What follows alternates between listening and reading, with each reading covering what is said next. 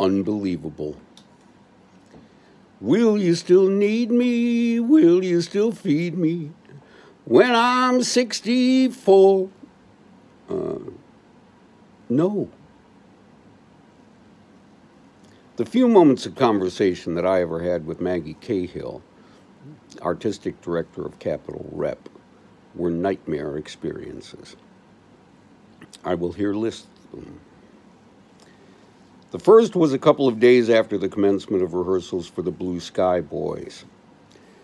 I asked Maggie if she would allow me to take her for drinks or dinner to discuss Deborah Brevoort's magnificent play and two other projects that I had in mind for future seasons at Capitol Rep. Maggie responded, "I think that can be arranged." Appears to be an open door, right? The door was never again opened. Not even a crack. My next interaction with Maggie, though almost as brief as the first, requires a bit of background. The rehearsal schedule had continued for a number of days under the inept direction of Gordon Greenberg and his sycophant assistant, David Gerard, both of whom seemed empowered by God to inflict their impulses on our highly capable cast. Direction came at us unceasingly for 8 hours every day from both of these demigods, with no time allowed for digestion. We had to find that for ourselves, or make it, in off hours. And we did. It was then posted on the call board that we were to be off book by Friday. I was stunned. We had been given many new pages. Some of the scenes had been changed 3 or 4 times, with new direction given each time we read through any part of the play. New instruction from 2 directors with no allowance for any insights from any of the actors. At one point, I had naively suggested that we be allowed to try and simply play the ink, play what the playwright had written. My suggestion was laughed out of existence, and the bedlam-like practice of our 2 directors continued. Thursday, before our posted deadline, I was called to the studio for solo rehearsal. I spent the entirety of the night before studying the few pages of script wherein I found myself alone on stage. I did not sleep. I presented myself at the appointed hour as prepared as I could possibly be. Stage management had the studio in readiness. Entered David Gerard. "Well, it's just you and me. Gordon is in meetings and can't waste his time with you. We get to go through the whole play, just you and me." I saw nothing but red. Waste his time? Even David had the sensitivity to perceive that I was upset by this, outraged, really. He started babbling, a meager attempt to mitigate his effect. Too late. Cat was out of the bag. Waste his time? I animatedly informed David that this was unacceptable. I refused to accept him feeding me lines that could be much more effectively and artistically presented by my castmates. I didn't understand why they had been exempted from this rehearsal. David's ultimate response? "Go home." I was dismissed. David left the studio. I kept my feet planted. I went back to my thoughts on the final moments of the play, the only pages that did not require the presence of my fellow actors for further development. Re-enter David Gerard, talking. Finding myself incapable of maintaining my line of thinking due to his incessant blather, I gathered my pages and absented myself to the only sanctuary I had been able to find in all of Albany. Amacosina, just across the street and to the left. I drank coffee, ordered some food, and brooded over my lines. Now we can come back to Maggie. As my food arrived, my cell phone chirped. "Joe, this is Maggie. I've just been informed that you left rehearsal without saying goodbye. If this is true, I'm very upset with you." "Maggie, I'm just across the street I prefer to talk face to face. I'll see you in 2 minutes. I paid my tab for the food uneaten and walked across to the theater. Hereafter is as much as I was allowed to say before Maggie cut me off. David said that Gordon wasn't going to waste his time with me. Oh, he did not. David would never say that. Gordon would never say that. I know David. I'm grooming him to be a director. David would never say that. And there was more. I was staring futility in the face. I clicked back into survival mode. I started to explain how painfully introverted I am. I explained how 6 of the 7 in the cast had met in my apartment the evening before so that we could run through the play and be a little closer to being off book. Maggie seemed to like that. Then Gordon came into the office. He told me of a time when he had been directing a play in England, and there was an older woman in the cast who was on the verge of being fired because she couldn't remember her lines. They, at Gordon's suggestion, had set her up with private time with a production assistant to run lines with her, and she had been very appreciative. Again, futility. Again, survival mode. I was at sea, with hell to pay and no pitch hot. Gordon told me that there would be further sessions with David Gerard, that I should prepare myself. I sensed I'd just been told to go and pick out a good hickory stick.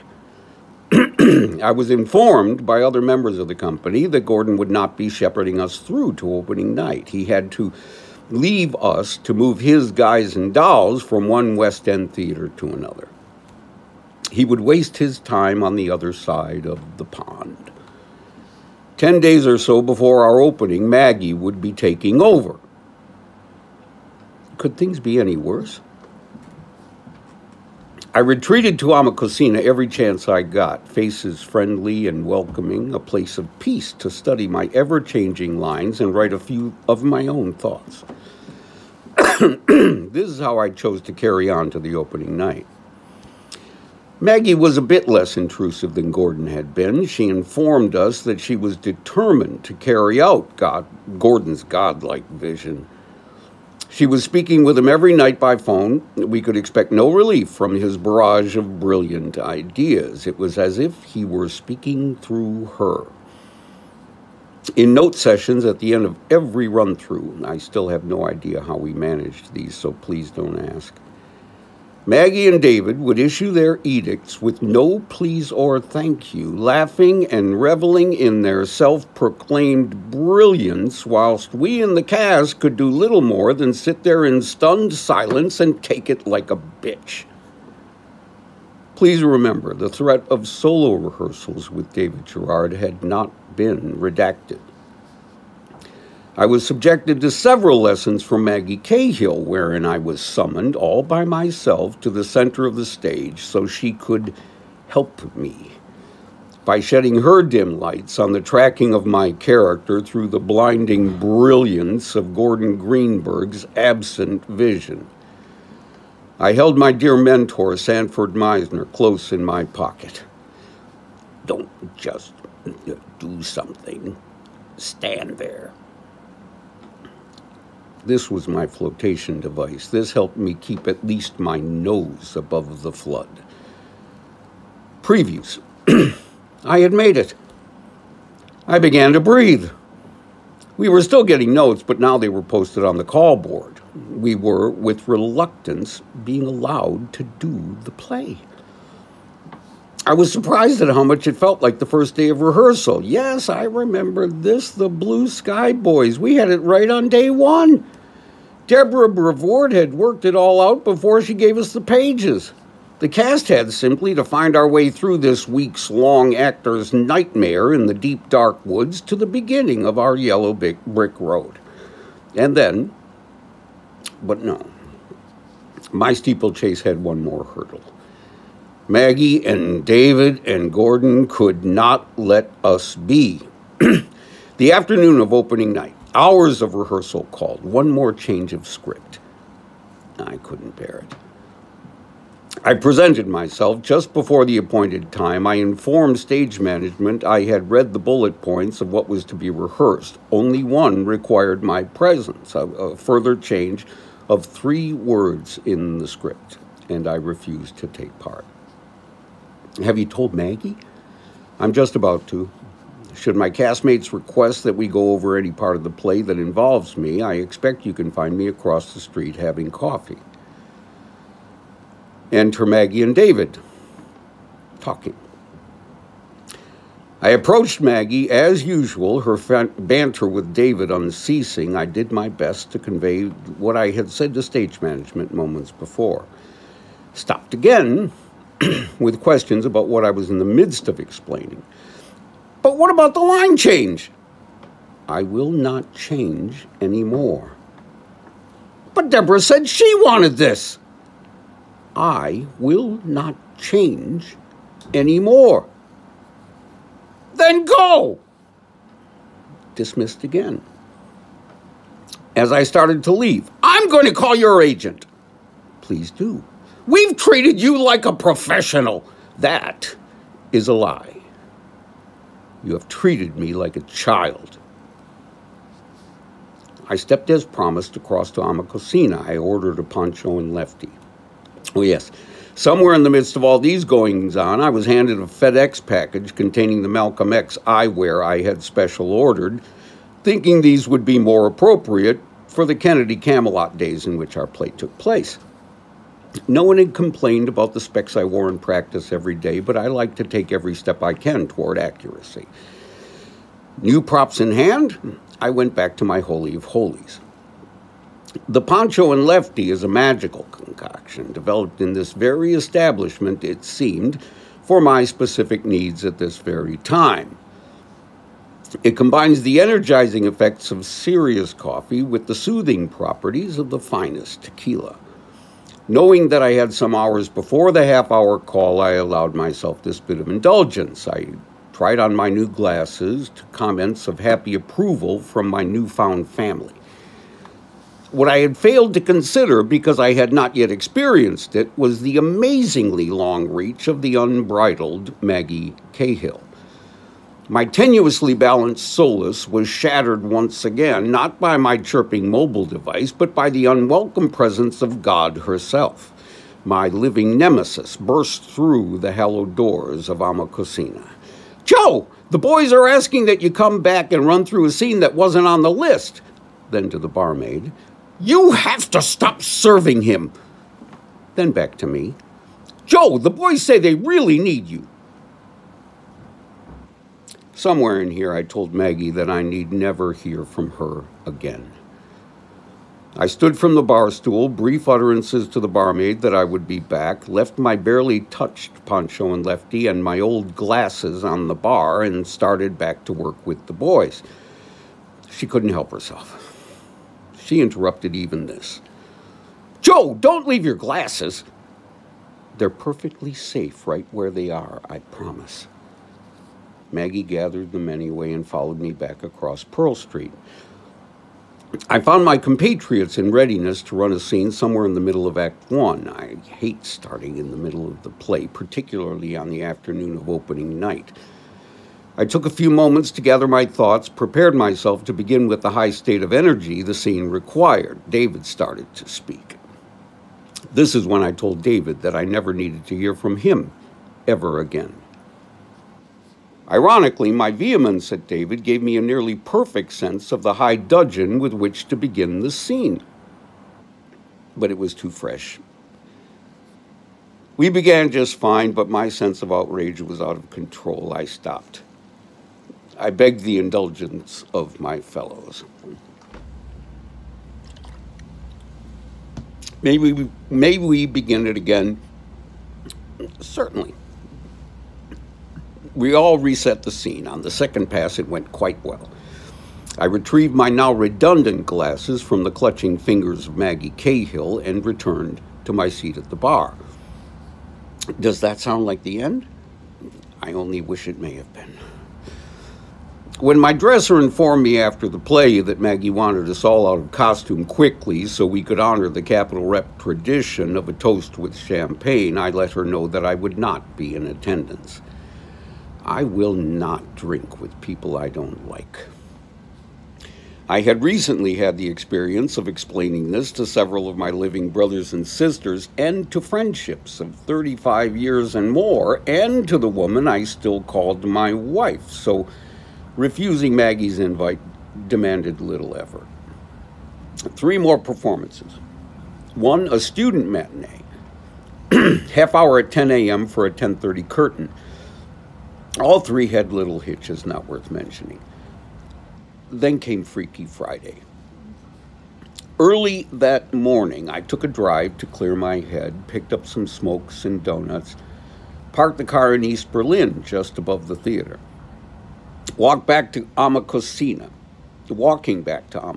I noticed I'd had a call. It's still on my phone. So this is verbatim. Hi, Joe. This is Maggie from the theater. I'm sorry that you didn't pick up your phone, but this telephone call has noticed that we are terminating you from Capitol Rep, effective immediately. We are doing so under the provisions of Actors Equity Association and our LORT agreement. Your personal items from your dressing room have been packed and inventoried. Please pick them up from the security guard at the theater before 1 o'clock today, when you return your parking card and apartment keys to the guard at that time. We will provide you with cash to cover your travel back to New York City. You will be asked to sign a receipt for the cash.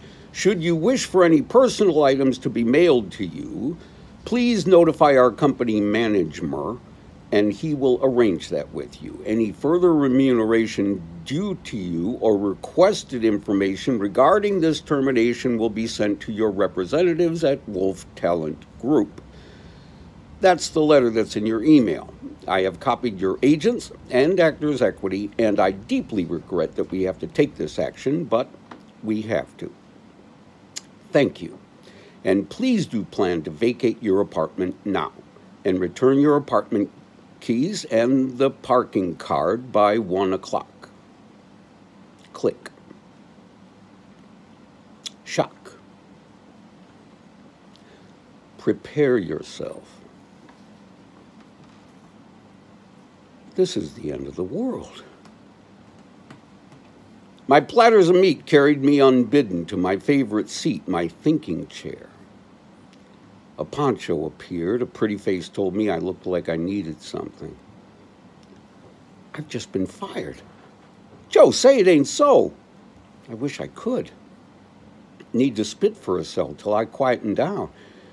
Have an hour and a half to fulfill the terms, get a hold of myself. I've lived through worse. Expect I will now. Walk back to the Ford in East Berlin. Wish it were a Mustang. Can't find my spot on Columbia to download my possessions, so around the corner by the New York State Bar Association. Huh, that's funny. 11 trips up and down the 2 flights. I wouldn't have thought it would take that many. Oh, forgot to mention, email from agent. Again, verbatim. I was just informed of your termination. When you get back to town, we need to have a serious talk. Call me. I called in the moment, knew the number by heart. This one may be paraphrased, but I'm a trained observer, so I think I've got it right. I began to explain what I saw as reason. I told of refusing the last change of lines. You can't do that. But I just did. I know, you can't do that. Well, it's good to know whose side you're on. I'm not taking sides here. My reputation is on the line. Futility. Are you firing me too? Yes. I see no benefit in this conversation. Click. This time I was the one who ended the call. I'll sue her if I can. Now back to the task of getting my stuff. A little over an hour left. That's when I heard Chris. Mr. Kalinsky? It made me stop. No one here called me that. Joe or Bowtie or Lady Bracknell, but never with a Mr. in front. Chris explained he was called from Schenectady. He didn't know why, but he was here to escort me from the theater.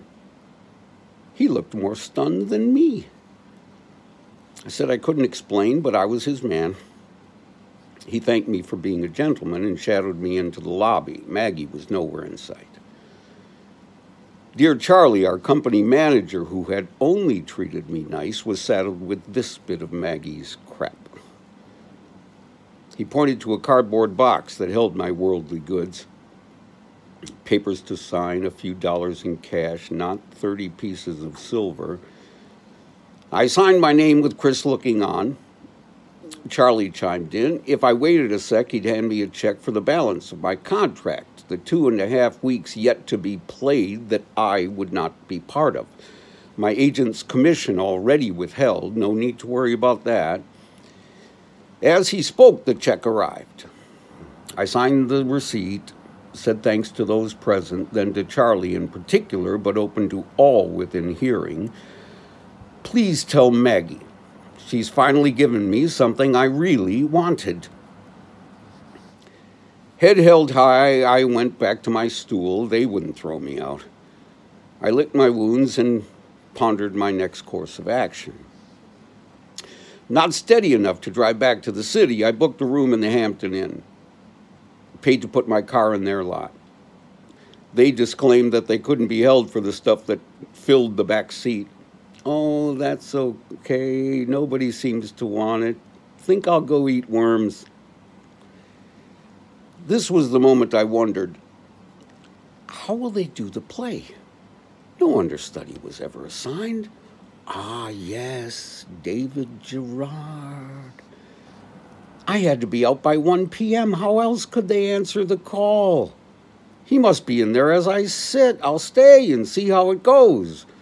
They may yet perceive the error of their ways, but no, it was not to be. I sat in wake at Amacosina and watched for my dead self to rise. Even emailed stage management. Below you'll find what I included. This, too, is exact. Dear Natalie, though I've been fired, I have not left the vicinity. I still owe you a taste of some very good scotch.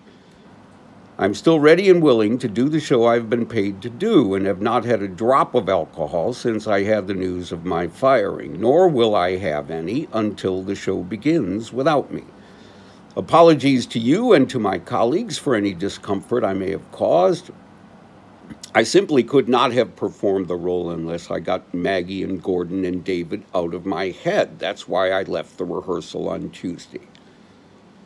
If further explanation is wished for, I would be happy to fill you in at any time that would be convenient to you. Then I entered my phone number. I am grateful for the professionalism with which you and your associates perform your duties and have very much appreciated your winning smiles. I remain your servant, Joe K. I have yet to receive reply. The last surprise I faced that day came from my very self. As good as my word, I had stayed at my post, although I had been excused. Remember those Japanese infantry, single-handedly holding atolls? Long after the peace was signed, yes, that was me, defiantly committed. Amacosina, my hidey hole, my abundant oasis in the Sea of Albany. I'm your best friend here. That's what Maggie had said just days before she fired me. I couldn't believe her even then. I told her as much. I'm your best friend. She repeated herself more loudly this time, proclaiming her good intent. How could this be her dismissal? How could this be my epiphany?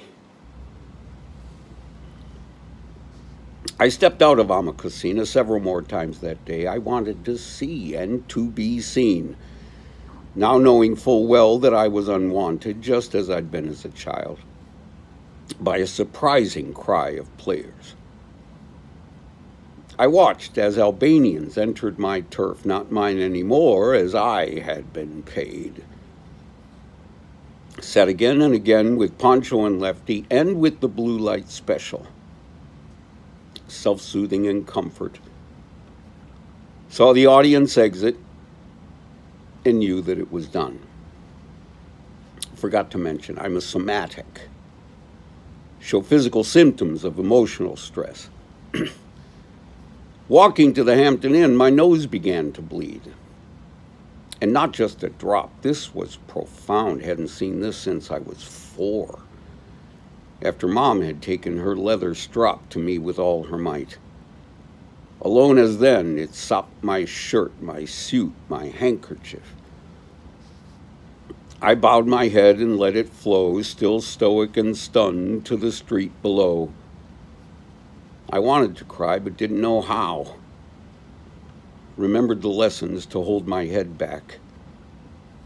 It finally subsided to end the attack. War-weary and frightened, I did what I could to clean up the mess I now understood. I still couldn't leave. My heart wouldn't let me. This battlefield lost. It would not forget me. I'm too old to be guided by any thoughts but my own. I'll walk on from this as I have from others. Biblical friends and negligent mothers, now advocates I seek. Nay, turning my other cheek. Heaven and hell are here for the taking. They'll carry me out before I quit waking. I'm quick and I'm ready to take on all comers, need none but myself to deal with these bummers. My own doctor I must be in this place called Albany. An epilogue, if you will. My voice has been praised and stifled, though it's gotten me most of my work. When Gordon left, it went into falter, somaticism rearing its uglier head. I ran to the chemist's. I'd treat the symptom I knew was a matter of strain. Kept a lozenge between my cheek and gum to soothe my exploding brain. It also served to keep my mouth moist. Otherwise, I was too dry. Been through this before, and Hall's always worked. At least I could do the play. Did I see you with a cough drop? Yes. Again, I was back in first grade. I don't want to see that again. Sister Mary Maggie had caught little Joe with his hand in the jar. She would hear no excuses. You've stayed so long, I hope you'll add this to the heaps of her abuses.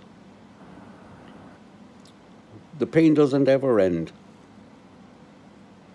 I've tried to throw it away. I've shared with those who allowed it. Found disbelief even there.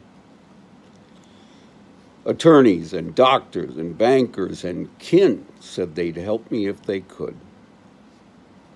Only one so far has immediately acted, not requiring certainty of return. I keep him close. Some posit we're lovers. I do not dissuade. It's just not under covers.